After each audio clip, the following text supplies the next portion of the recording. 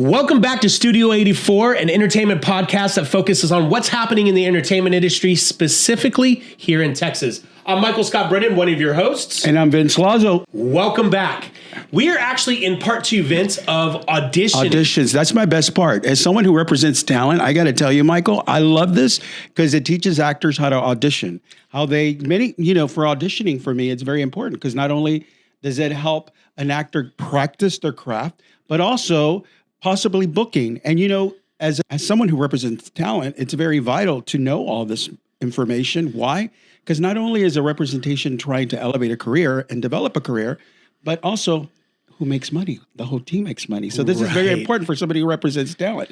Well, and I think too, Vince, a lot of times actors, they forget that it's a symbiotic relationship, right? Exactly. I mean, yes, you need agency representation. You need a manager at some point in your career. Eventually, you're going to need other people that are a part of that team.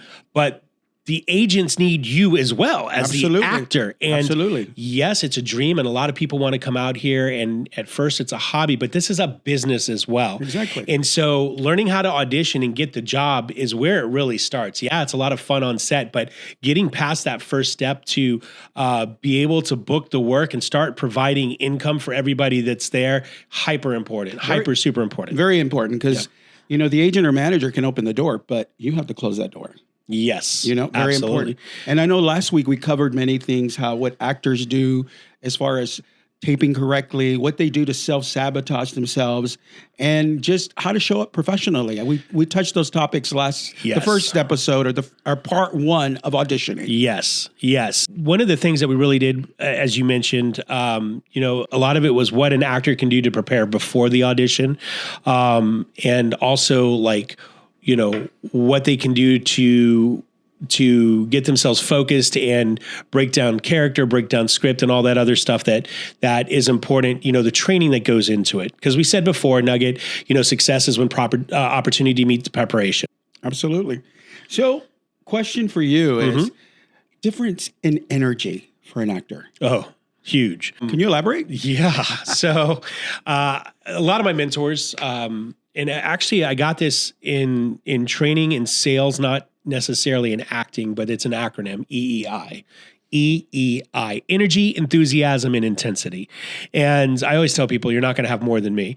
But what's really important to remember about that is you have just always got to be the powerhouse and bring the energy to it. It doesn't mean you have to be necessarily the loudest person in the room, but you have to bring the energy in because even though a lot of casting rooms, for example, bringing it back to auditioning, may have experienced actors as your reader, sometimes they don't give you the energy that you're trying to portray in there. So it's up to you to bring that energy and create the energy, create the mood in the room for yourself. It's difficult because it's a practice trait just like anything else. It's a skill set, right?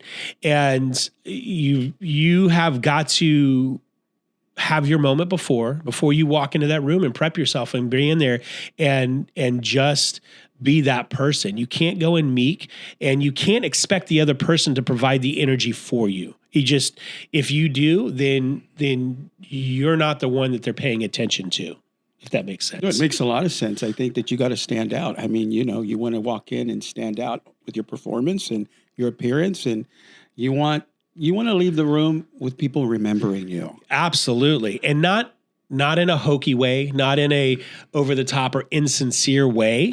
But you need to walk in there and you need to be very sincere. I mean, honesty goes so far. Hey, how are you doing, Vince? Absolutely. It's eye contact. And then when the scene starts, it's being very focused and very disciplined on what you're doing and not having an actor moment before. Don't ever have the actor moment. No. Hey, everybody, hold on while I prepare myself for the scene. Forget about it. Wrong place to do that. No, absolutely not. They don't have time for this, And it's very true, Michael, because my experience is when I've called casting for feedback and I give a name of a talent and they don't even remember, which means that actor did not leave an impression. Not a good. So it's not a good thing. Yeah. You hang up the phone and they're like, I don't think we've seen this person. No, he was there 30 minutes ago, or she was. And they're like, oh, yeah. So that's not a good sign. Didn't leave a good impression. Well, let me ask you, Vince, what do you think casting expects from each of the actors that comes in there? Well, I think they, more than anything, expect you to go in there prepared. Okay. They expect you to know your material, which is part of preparation, and go in there confidence. Like, this is for you. This is your role. And if you have any questions when you walk in, ask the casting director, do you want me to look this way, this way? Who am I reading with? Where do they like that engagement. They like to engage with you. And it just resonates with them because it makes them feel like you came in prepared and you want to know what they're looking for. So you have questions that absolutely are questions. just not a question to ask a question, but a question that's specific to what they're looking for. Okay. Who am I reading with, and where am I looking, and and where does you don't want to ask a lot of questions, but enough to get you in there and get you comfortable, and have casting say, okay, this guy knows what he's doing. Right. He's trying to create that world so he can deliver the scene for us. And being comfortable in the room. Exactly. Too. Yeah. Exactly. Owning it. Yeah. Just owning the material. Which is so important. It goes back to, what does casting expect from you? Well, they expect you to be prepared. Right? Yeah, absolutely. And just having that insight in there. We talked about this last week. Being on time is 15 minutes early. Little things, being respectful, being humble, have some humility. Yeah, confidence is good. A certain amount of ego is good. Understanding too, and I think a lot of actors don't do this, is you've got to put yourself in a position where you think and that you're working on the same level as them, right? This is a business and we're all part of it together. So if Mike DeLuca or Steven Spielberg is sitting in the room right there, hey, you've got to put it in your mind, even if you are nervous as all out, hey, I'm working on your level and I can do any film that you put in front of me and we're good to go. And definitely don't fanboy out on anybody. No. And whoever's in the room, is whether it's the producers or casting, they'll remember you if you're professional. And I always tell my clients, without being over the top or brown nosing, but always follow up with a little thank you card, especially for the holidays, because you create a fan base. And a perfect example, I had a conversation with a casting director in LA this past week, and this casting director read one of my clients. And this casting director called me and says, I really appreciate so-and-so sending me this little note with this $20 gift card or whatever. Gift card. Yeah. That stood out. Nobody did that. I think this is I'm very grateful, and I can tell this guy appreciated it. And it just resonated with me because nobody does this for us anymore. So I think that's very important. I mean, I think it's important that those little things go a long way. So follow-up is really important. Very important. Yeah, not over the top, like, hey, what did you think? No, just out of sincere, right? Absolutely. Okay. Very good. That's good to know. Do you think that there has been an impression out there that self-tapes have been less important, but in reality, they're not? Or are they? No, they're just as important as going into the room. I mean, it's an audition. You're auditioning. Yeah. And they look at the little things, where the camera is, where, your background, the coloring, what you're wearing. You don't want to show up in your pajamas because you're at home. You feel like you don't have to dress up for the part or look the part. Yeah. So it's very important. I think an audition, whether it's in person or self-tape, they're both important because that's going to elevate you and create that opportunity to elevate your career and take it to the next level. So they're both just as important as one, So just as you would prepare yourself if you're a woman going in for an audition and you're putting on makeup and picking out your audition wear and everything else, you do the same thing that you would at home before you get into your own private studio. Absolutely. It's no different in your mind than going into an actual casting room. That is your casting room right there. Mistakes that actors make. Okay. Are you asking me what some of them are? Well, I guess we touched upon some of them, but any others that you might want to elaborate? Or I mean, there's a lot. I think that I believe we mentioned and talked about wardrobe. As an actor, you need to have an audition wardrobe out there. A selection of stuff that you use that that's not it doesn't have a lot of, branding on it, a lot of, it's not too busy because busy can be distracting. I've always been under the assumption that you don't need to, dress in full camos if you're auditioning for a military movie, right? Wear a dark green military colored shirt, maybe. Dress to suggest. But definitely having a wardrobe, and get with your agency and your representation about talking to them about what that includes, because they may have some really good pointers.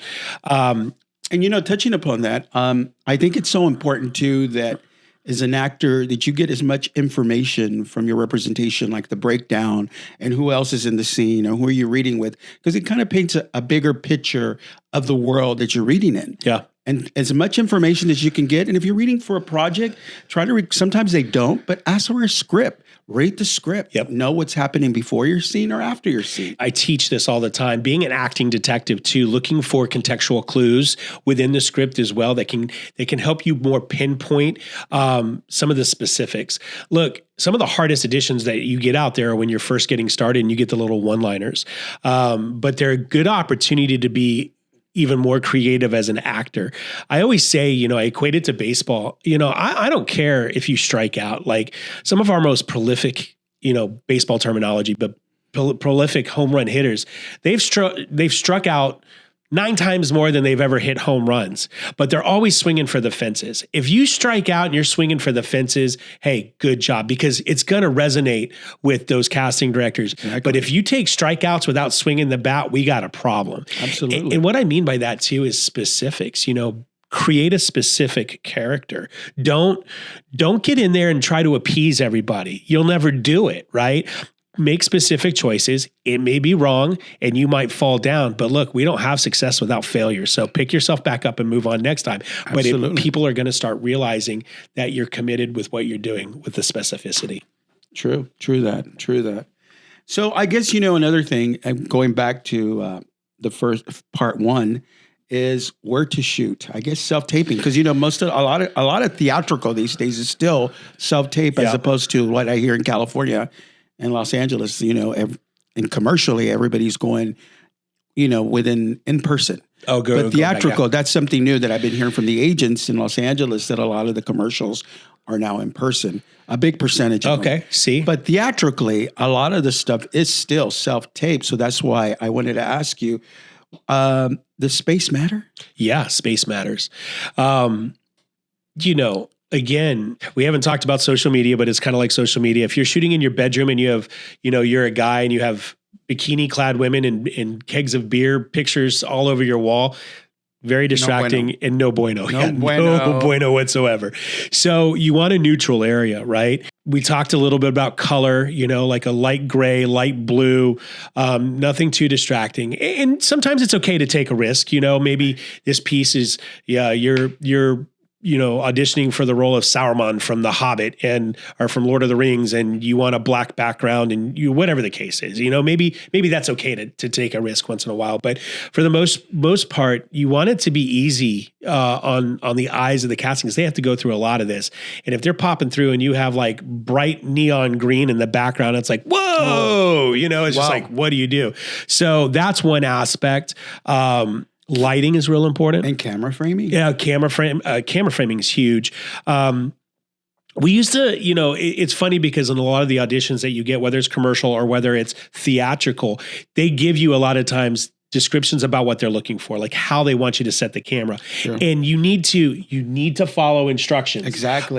So if the casting department's giving you instructions, hey, we want a horizontal format, that's holding your phone sideways to shoot it, because what they're really doing is they're looking for the aspect ratio of what an actual film or television setup is, right? And so shooting horizontally, you usually want to do what we call a 3/4 body shot. So that's typically from your waist and leaving just like a little bit of space above your head in the frame, maybe like an inch or so above where your head is, just so there's a little bit of that topmost place. And that usually means you have like some arm distance right there that you can work with, and you want to stay within that. You have mobility range, but you want to stay within that frame. But a lot of times, especially in commercial auditions, they'll ask you to go vertical to see a full body shot, because they want to see your feet that are just not necessarily your bare feet, but they want to see your full body just to make sure you're who you are. You're who you are. Say you are. They may ask you to do a 360. They do. Sometimes in commercials they ask to see your hands because they want to if it's relevant towards whatever they're doing. Maybe it's a Jergens lotion commercial. They want to be able to see, how you manicure yourself and what you look like. So make sure that you're able to incorporate all of that. Now, a lot of people don't realize, but like iPhone is super easy to edit stuff. You don't have to be a prolific editor to get in there and just make a couple of different, splits and cuts and be able to put something together in a way that it's seamless. I would also say once you finish labeling your shots or your takes the correct way, because they tell you a lot of times how they want you, usually the actor name, the role, and slate or take one, take two, and getting that in there too. So definitely camera framing and formatting is important. Now, theatrical episodics, those are all usually horizontal frames, but there's this really kind of cool up and coming trendy new project out there called verticals. Which, there you go. How are we going to shoot those? I know about those verticals. Very well. Yeah, very well. And for a lot of actors out there, if you don't know what verticals are, they're really catering more towards the factoid generation. Short, smaller products that they break up, and sometimes they're only 30 seconds to a minute long, and there may be 10 or 15 in those parts. Maybe they're a little bit longer as well. They're telling a quick story. So far, no disrespect to our vertical producers, directors, and talent out there, but it's more about content at this point than it is really Academy Award-winning material. It feels like a little bit. Very over the top. Yep. But they try to squeeze in what's normally 30 minutes or an hour into 10 or 15 minutes. Yes. And it gives a lot of great opportunity for actors that don't have a lot of resume credit. Right. We're seeing a lot of newer faces on some of these verticals, and there's a lot of production value going into them. And they pay. And that's always a positive And some thing. of them are going union. Yes. Because I submitted on a couple of them couple of weeks ago that were union. Absolutely. So there's definitely a new format out there. It's called verticals. So pay attention to those. Don't dismiss those. I know it's maybe some people don't like to do them. I know it's not the Landman or the Tires or, Lioness, but hey, you know what? If you don't have a reel yet, and you were going to pay somebody a couple of grand to create a scene for you to put on there there's nothing wrong in doing that. Vertical may be a really great opportunity for you to do that. It's a very good opportunity because I spoke to one of the casting directors and I was telling her that I had a couple of clients that did not want to audition on verticals because they thought they were over the top and cheesy. And she basically says, listen, we cast a lot of big shows and now we have 8 verticals we're casting this year. Wow. They're union. So if these actors want to get in front of us, they want to start auditioning for these verticals because not only are we doing verticals, but we have big projects that are happening. It's really interesting too. And I've always said you never want to burn bridges anywhere, ever, especially in this industry. But, casting directors, they work their way up the ladder too. You just don't get into the industry and start casting for Steven Spielberg. Nope. And so they may be doing some of the, what you might consider like a hokey Hallmark film, but you know what? That's a paid gig and it's aired, and there are a lot of actors that come up from some of that. Back in the day, like the horror films was the gateway into episodics and feature film. Johnny Depp was in Nightmare on Elm Street. Kevin Bacon was in the original Friday the 13th. We talked about Jennifer Aniston being in Leprechaun. So they seem hokey, but and Demi Moore, a lot of people did soaps. Yes. And soaps were back in the day when I was starting, they were looked at differently. Actor two-a-days is what I call them. But hey, Ray Liotta, rest in peace, man. Right? Yeah, absolutely. Got their start in soap. So acoustics play a big part too. A very important. Getting back to our environment, acoustics is huge. You don't have to go in there and set up a sound studio like a recording studio, but be mindful of the room that you're in and how big it is. Next to our studio right here, we have a great big rehearsal space that we can use, but it's very echoey in there, right? We don't have absorption mats on the walls or anything like that. And if you try to record in there, you're going to get that feedback and it's going to sound off. We don't necessarily have to do what we call lavalier mics or have like a boom mic on top of us. Actually, when we're auditioning, like our cameras will have some good audio on them, especially as the technology is building up.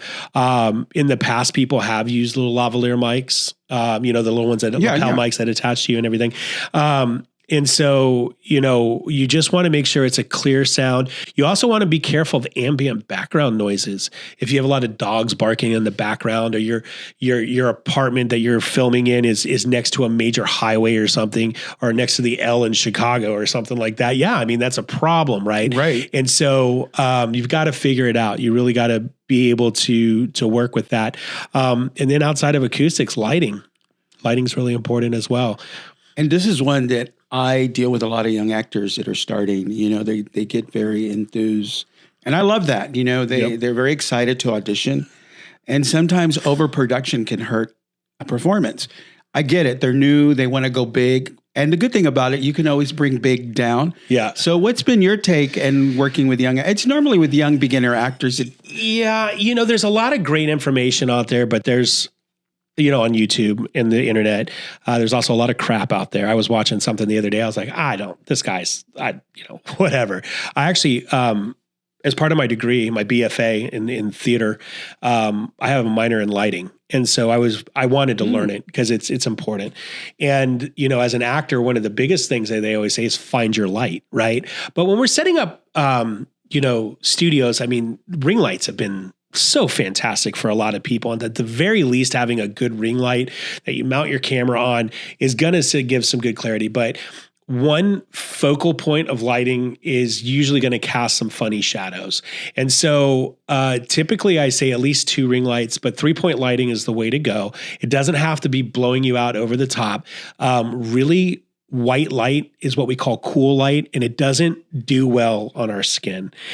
So more of a yellow warm light really brings out, our natural tones and makes us look healthier, so to speak. That white light sometimes can make you look ghastly and kind of sick.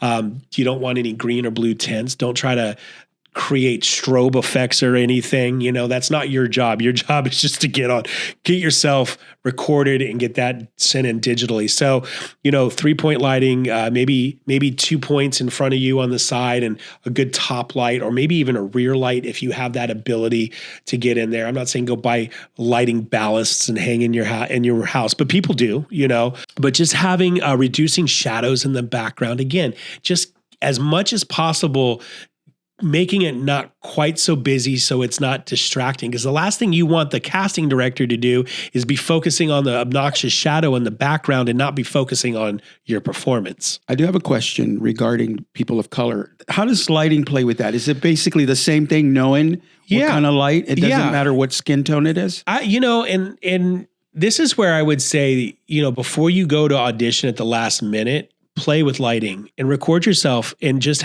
maybe get a friend. And, there's usually intensity switches on even the ring lights, turn them up and turn them down and see what looks best for your skin color. It's kind of like makeup too, like you've got to match your skin tone, right? And nowadays they make all colors and shades of makeup. That leads to a good point, especially with women and some men. We live in the South, and the South loves their makeup. Don't go over the top. Okay. If you're putting it on with a spatula, we got a problem. I'm kidding. But, I'm all about natural beauty, and you just don't want to go too over the top. It's funny. But over the top is fun, Mike. It is fun. It's big. And Texas is big. It is. And there's a place for that. I was watching Kevin Costner at Whitney Houston's funeral. And they did The Bodyguard together, right? Yes. And he was telling a story about her and when she auditioned for The Bodyguard. And, he was, and I guess he was a producer on that film as well, but he really wanted her. And I guess the studios they didn't see it, but he said, he said it. There. Yeah, he saw something there. So he invited her in. He had a makeup team for her and everything. And so she's in the trailer and they're waiting for her and everything like that. And she just felt uncomfortable with, the makeup team that was there. And, believe it or not, they have special makeup designed for under the hot lights and everything like that, right? And actually, side note, RCMA makeup, we'll be talking with those guys at some point in the future about that. But just know they have industry-specific makeup out there. And so they'd done up her face. Well, she didn't necessarily liked it. She liked how she did her makeup. So she ran back in, took it all off and put her stuff on. And she got in there and he goes, 20, 30 minutes under those lights and her face was melting off like that guy in Raiders of the Lost Ark right there, and she went back crying and Kevin went in there and she's like, I'm so sorry. And he's like, no, it's okay. But this is why we do what we do. Right. It's going to be okay. And then come back in. That's and he goes, story. Yeah, but it's just really important to remember, I promise you, everybody out there, you all have your own inner beauty that's there and your external beauty as well. I tell people all the time, including my daughter and my wife, you don't need aesthetic enhancements, right?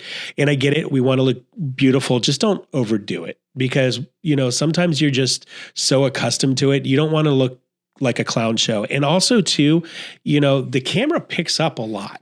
Oh yeah. And what you think you might look good at, the camera's picking up a lot of detail. I'll be honest. I miss film, like actual shooting on film. There's forgiveness in film. HD, when it comes out, looks too slick. I don't know. It's not my favorite format, but a lot of material, and all of our auditions are shot on that. And with technology doing what it's doing, it picks up on the little stuff. So yeah, so you have to be careful with that. Yeah. Be careful with that. So overproduction hurts performances, True that. Very much in all of it. So Michael, props. Yeah. Props. A lot of young actors, they like to take their guns or their little toys and become part of the scene. Tell me a little bit about that. So, this is from me talking to several different casting directors. I think overall the rule is don't use a lot of props. Maybe one or so might be okay. That being said, rules are meant to be broken. But, I always heard like in the background, like readers and stuff when I went into auditions, and like I always use the cop because I used to see these guys all the time dressing, LAPD blues and have a gun belt with handcuffs and stuff. And they're just like, gosh, I get it, but I don't. And one of the things that they always said was, and we talked about this. It's like, well, if you're auditioning for a police officer and you're supposed to be undercover and you dress up in like a full uniform, can casting really now, have you already put yourself at a disadvantage because they only see you as a uniformed officer and not somebody in street clothes, right? Just a small example, but like where do the props stop once you get started? Like, are you walking in with machine guns and, rubber pistols? And, if you're playing a clown, are you dressing in a full clown outfit and bringing in the rubber chicken and the whole 9 yards? It's all over the top. Yeah, it is. And I'm not saying people don't do it out there. But I think overall, the less props that you can do, the better. And again, rules are meant to be broken. I had an audition one time where it was a goofy guy and he was supposed to be eating a ton of ranch. So I actually got like a protein, like big little thing so I could have in there, to mimic my ranch container because he was supposed to be pouring out of like this huge, restaurant. So did you get a callback? I was told that the audition was good. I did not get a callback. Okay. So that maybe have been the prop, maybe not, who knows? Right. Now, we are auditioning, and we talked about last time, do we memorize a script or do we not? I'm going to tell you, I still think if you can get off book, it is better for you. You're going to make better choices as an actor, and you're going to react better. And sometimes casting will say to your representation off book. Yeah. So your representation will convey that to you. Yes, but I've also seen in there as well, don't have to be memorized, Absolutely. right? Absolutely. And either way, there's an expectation that you have a script in the scene with you. Now, there's a technique to using a script. You always keep it down. You never want to put it up in front of your eyes because it's important to see your eyes. But all of a sudden, that script can all of a sudden be a makeshift prop, So you might be on the phone. You could roll it up and hold it up to your ear. You're expected to have that in the scene. You don't have to pull up your phone. Right. There was one time, and I did get a call back for this one. I had an audition where we were playing, we were undercover officers busting to break up a drug ring, right? And so we came in. My script was my gun. I held it out there like this the entire time, right? Because I'm expected to have that. So that's an area that you can be creative when it comes down to it at the end of the day, because you're expected to have that. I have heard in the past, I had a friend that booked a mom role on a commercial, and she was like, yeah, I had a basket of clothes and I just put it there and I was watching TV, and she did it and she got cast, and, she used props. But I think overall the general rule of thumb is the less, the better. Less be simply, more. yeah. Now you've worked in casting. What's your take on that? Well, it varies. I think a good casting director is going to give you a lot of good notes because they already spoke to the creators or the writer, and they will convey that on the breakdown into representation. I guess less is more. Yeah. Less is more. I did want to get back to the scripts because I had this question I wanted to ask you. I always heard from casting, and even when I was working in casting, we always felt comfortable with people coming in with their script, whether they use it or not, in case they forgot Yeah. a line or something, they can always go back. And I've heard from casting directors, they get a little uncomfortable when someone goes in, even if you're off book, goes into the audition without a script. I've heard a lot from casting tell me that, Yeah. you know, that they kind of feel uncomfortable. So what's your take on that? Well, I think it's important too, because again, we're human and auditioning can still be a high pressure situation. And so when you do go in and you do forget a line, if you don't have your script right there, oh, I'm sorry, can we stop? Can we go back and can we hold? No. You're wasting people's time at that point. We talked about how important time is. And so having that script right there that you can refer back to, and keep the production, because a lot of times, like even if you stumble over something, you know, casting directors, they understand, they want you to do a good job. So, you know, if you get done, they're like, hey, let's do this again. This time do this, give you a couple of notes and go back. So as an actor, always have your script. And not only to mention that, Vince, you know, we talked about, you know, before when actors would crash auditions and stuff, again, that script sometimes is your ticket in because it ghost lettering across the top. Those were fun times, crashing auditions. Oh yeah. Good times. Yes, I'm guilty of that to a certain extent. I was guilty too, making people go. Normally you get away with it in commercials, not so much theatrical. Yeah. No, theatrical, it was never. And I'll say this too, you call me old school, but you need to have like hard copy, like paper script. You know, a lot of people will walk in with their phone and stuff like that. But the problem with phones is it's tiny. And if you're keeping your phone down like you're supposed to, you know, it's hard to follow along. And then you have to scroll up wherever it's scripted, you know, pull the staples off. You can pop a page back there, whatever you need to do. And, so yeah, and you know, even with my students, I force them to get a journal and I force them to handwrite. You know, it's one of the you're gonna memorize things. I like sometimes if I have a big script, I'll handwrite it out because I know I'm gonna remember it better, right? And it's just proven scientifically that it helps memorization. So, and I'll tell you something else. I've talked to casting directors that like to see worked on scripts. So when you walk in and you have notes in the margin and they know that you've been there in doing your script analysis, your character breakdown, and they can physically see it on your script, they're like subconsciously, they're like, this person is, absolutely resonates. It's a great word for today with casting directors. It lets them know that you're putting in the work right there.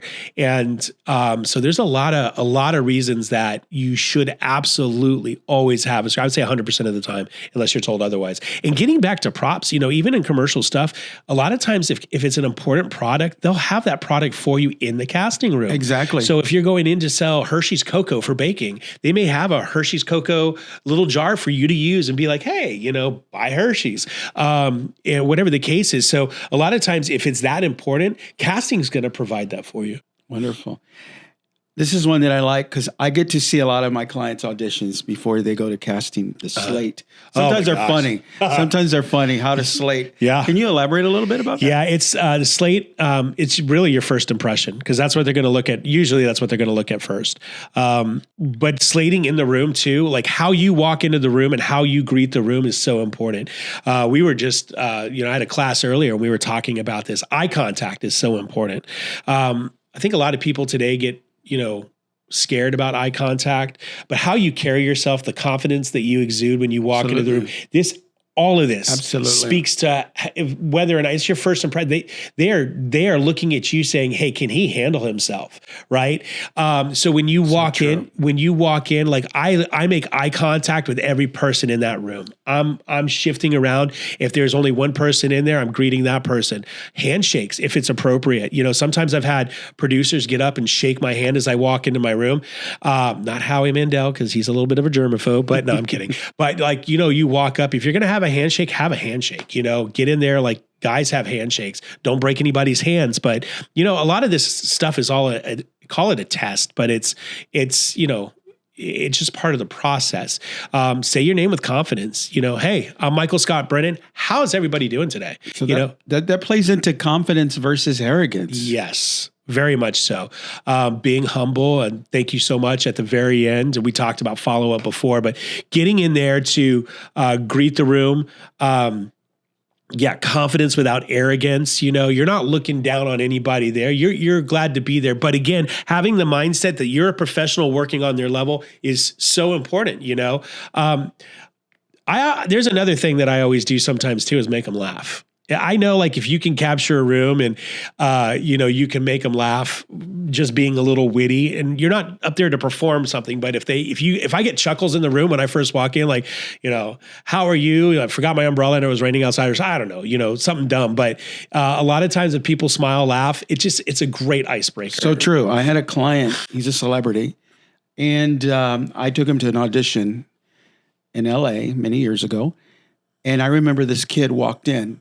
And he said, "Okay, everybody can go home because I think you just found your star." And the whole room laughed. Right. And they started engaging this kid. Yeah. This kid now has won an Oscar, an Emmy. Yeah. He's famous. But I saw, because he was 12 when I took him to the audition. Yeah. Because I was an agent. And I had to take him to the audition, and I was there. I saw it go down, and I couldn't believe I was laughing at this kid. At first, I says, "Oh, he screwed this audition." But I saw after he walked in, he was very confident. Yeah. And he walked in, he says, "Okay, everybody." And he looked back at the casting room and said, "Everybody can go home." And then he says, "I'm your star. You need to stop casting. Book me now." And I thought that was hilarious. But for a minute, I says, "Oh my God, this kid just screwed it up." Kid ended up booking the show on Disney. Yeah. So it plays, sometimes it plays in your favor. Yeah, it definitely can. I've seen some of those go wrong, but yeah, you're right. I mean, sometimes those situations, they add the flavor, that they're looking for. And two, like, if there's been a lot of kids just doing the same thing, I always say, like, how do you set yourself apart? Right there, you just gave them a great, like, different moment, So absolutely. Yeah. Just being able to get in there and being able to relate to the room, communicate with the room, and remembering they're humans as well. I think a big one is being coachable in the room too. If that comes up. What do I mean? Yeah. What do you mean by that? Is following direction, or what does that mean? Absolutely. Because a lot of times casting, they kind of have a good solid idea about what they're looking for. And maybe you've made some choices that although they're solid choices, aren't necessarily 100% in line in what they're looking for, but they like you. And they're like, "Hey, I really love what you do, but maybe tone it down right here and play it more inquisitive." Being able to be coachable and take direction and then to be able to execute in there, I mean, that's huge, because you never know if the casting director is going back to the director or the producer and saying, "Hey, watch take one. Here's the note I gave him, and watch how he changed that." And a director might look at that and be like, "Now that's somebody I can work with," right? So being able to take direction without, I kind of thought the character went this way, and it's like, yeah, okay, I appreciate that. Cool, thanks. Have a good day. Out. Versus, "Oh yeah, that's great. Let me reset. Let's go again." To being able to take that, it may not have been a direction that you thought, but you know what? Maybe it opens something else out. And so they want to know that you are a collaborator and that you can work with people and take direction and be coachable. And leaving the room on a professional level. Absolutely. Say thank you so much. Thank you for bringing me in. I think that goes a long way. And I always tell people, treat the assistants in casting and because those people can make you or break you. Yep. If you're rude to them or whatever. I've known some assistant casting directors, and they're working hard to try to get everybody in. So they've told me that people walk in there and very demanding. "I'm here, I'm late, but you need to see me now." And that doesn't work in their favor. So, no. Well, there's you never know who somebody is in the room and where they are in their journey and what they're trying to achieve. And, we did mention before that a lot of readers are actors that come in to intern because they want opportunity. Absolutely. Don't fault them for that whatsoever. But there are actual people that want to work in the casting world and want to work their way up in casting.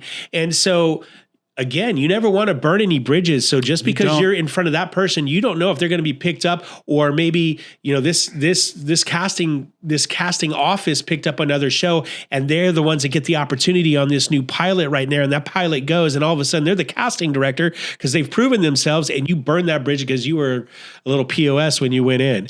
And, sometimes these assistants can really influence your audition by really talking to their boss, the main casting director. "You need to bring this person in. I've seen them perform at UCB or Stella Adler. They're amazing. You need to bring them in." So you could win some some cheerleaders. And Hey, I'm not all about bribing anybody, but I'm telling you right now, a $5 gift card from Starbucks or an actual cup of coffee when it's in the afternoon and the casting, you bring in like a 4-pack of coffee or something for the assistant and then the casting director. very important. Yeah. If you know them, it's hard, you don't go over the top. Hey, I bought you a basket of Dubai chocolate.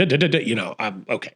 But the little gestures like that. Hey, I was just down the street and I was there. I got a cup of coffee. I got you one. I didn't know what you like. Here's some creamer and stuff. Enjoy. And cool. I mean, they're gonna remember. Yeah, they do remember that. I mean, as representation too. You want to take. I've taken many casting directors out as someone who represents talent. We also sometimes take the VPs of casting of studios or networks out to eat. It's just good business. One, because you get to talk to them at the restaurant. Because at the restaurant, when you have their full attention with no phones or anything, what projects are coming out. Of course, they're ordering martinis at Mastro's or Boa's, But that's good because it's an investment. So they give you at least 2 or 3 hours over cocktails, martinis. They talk about what shows are coming out or what movies are working on. And then, you treat them to a good dinner, and then you put a call the next day, and you send some options of your clients for projects that are coming up, and you're already on the radar. And as an actor, I loved what you said earlier about follow up. You're not going to get the opportunity necessarily unless you get cast to take somebody out to dinner like that. But sending a $20 gift card, like the example of your client that did to that casting director or whatever the case was, food goes a long way. A long way. Coffee goes a long way with a lot of people, and it doesn't have to get crazy. Being grateful, guys, is so important because people remember. Because a lot of times, I think a lot of actors feel very entitled. So when and I get it. You work hard and you want to think that you deserve the job, that it should be yours, and that's good. I mean, that's a good mindset. But also be grateful for those that are helping you elevate your career. Yep. Very important. Yeah, very important because people remember that. Absolutely. Everybody's working in your behalf. Casting's trying to get you in there. Your representations are getting you the audition. You have to close the door. So it's a team effort. Everybody's trying to help you.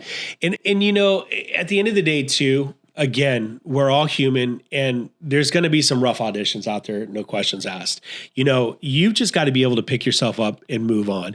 And remember, some people book the first thing that they go into audition for. Some people, it takes 1,000, 2,000 auditions before they actually do it. And it is what it is. And everybody's journey is a little bit different. Timing is everything. Opportunity is everything. Preparation, that's within your control, so control it. And, if you're like, well, Michael, it might get really expensive buying people coffee. It might, right? I don't care. Work an extra shift at the restaurant you're working at or work a couple of extra hours. Go mow somebody's yard and get an extra $20 and make it happen. Stop making excuses. It's an investment. Yes. It's an investment for your career. Yes, absolutely. So wrapping up a couple of small things, we had some great nuggets today. One follow-up. I mean, that's one thing I took away from hearing about that, as well. A couple of great nuggets about setting up the taping room, your environment, lighting, wardrobe, expectations from casting, what they're looking for, making sure that you are fully prepared. Being grateful. Being grateful. Yeah. Being a team player. Yep. Just, and following direction. And one thing we didn't really talk about or hit on. What's that? As we're kind of wrapping up right here, it's important as an actor to follow up with somebody else. Your representation. Yeah. You need to communicate to them how it goes. I mean, you as a manager, former agent in working in casting, and you do producing as well. How important is follow up for you? It's very important. It's very important because as someone who's trying to take your career to the next level, I want to have a pulse of where your talent and where your craft is. Yep. And casting is going to give me that information. They were a little over the top. They were great. Not really what we're looking for. Still need some more work. His comedic timing was a little short. So those are very important information to give my client. Because remember, your representation is always trying to elevate your career. And those notes will help me tell whoever you're taking acting classes where you need to be developed. We need to make adjustments. We know how to make those adjustments. Exactly. So always drop the dime afterwards. Make sure you get out. It's really easy nowadays. Sometimes representation's too busy to pick up a phone call, but we've got this great thing. This is where text messages are really great. True. Hey, just sent in my audition. Take a look at it. Want to let you know I did it. Or, hey, just had a great audition. Give me a call when you have a second. I'll tell you about it. But just being there, being involved, and letting your representation know you're taking this seriously. Absolutely. Yep. That's so important. Yep. So important to keep your team in the loop. All right, folks, we are wrapping up today. We had, I feel like, a lot of nuggets that we were being able to provide everybody. Make sure you're checking us out on the socials. Check down below on the ticker right now. We want to hear from you. Absolutely. Vince, through the social media. And I think, in the future, we can do an episode where we are actually answering questions, maybe live, having, some call-ins from some of our studio I'd like guests. to get a pulse on what's happening, especially in the Dallas or the Dallas-Fort Worth area, because that's where we're based, but Texas in general. Because I personally want to get a pulse of what's happening. What questions does talent have to ask us who have been in the industry for a while? Yep. I'm curious to find out what questions you guys have that maybe we can help you. We want to be able to answer questions that you have specifically geared towards our market right here, because our markets are different, right? Absolutely. New York, LA, it's different Chicago, from LA, Texas. Atlanta, New Mexico. Yeah, they're all different. But us, on the other hand, we want to know what Texas has to do. What your concerns are, what your questions are. I always know, like, meeting our local talent here. But again, check out the socials at the bottom on the ticker right here. Make sure you get some feedback to us. Again, we're really excited to see you. We've got some dynamic shows coming up in a couple episodes or no. We want to have some local Dallas Fort Worth agents. We're going to bring some talent. Yep. Talent agents from the Dallas Fort Worth area. Yep, absolutely. Some big names. So we're looking forward to that. And we're in talks with a couple of them. So, And the other thing that we're going to be hitting up too is social media. We're going to be talking about some social media. Very important. Fantastic person that's really in tune with a lot of what's going on right now. And he's actually sitting behind the camera right over there. That's Mr. Lawrence. Lawrence is running the cameras back there. Yes. So we're excited about that. And we'll definitely be getting into having some talent that's in some major productions in the future as well.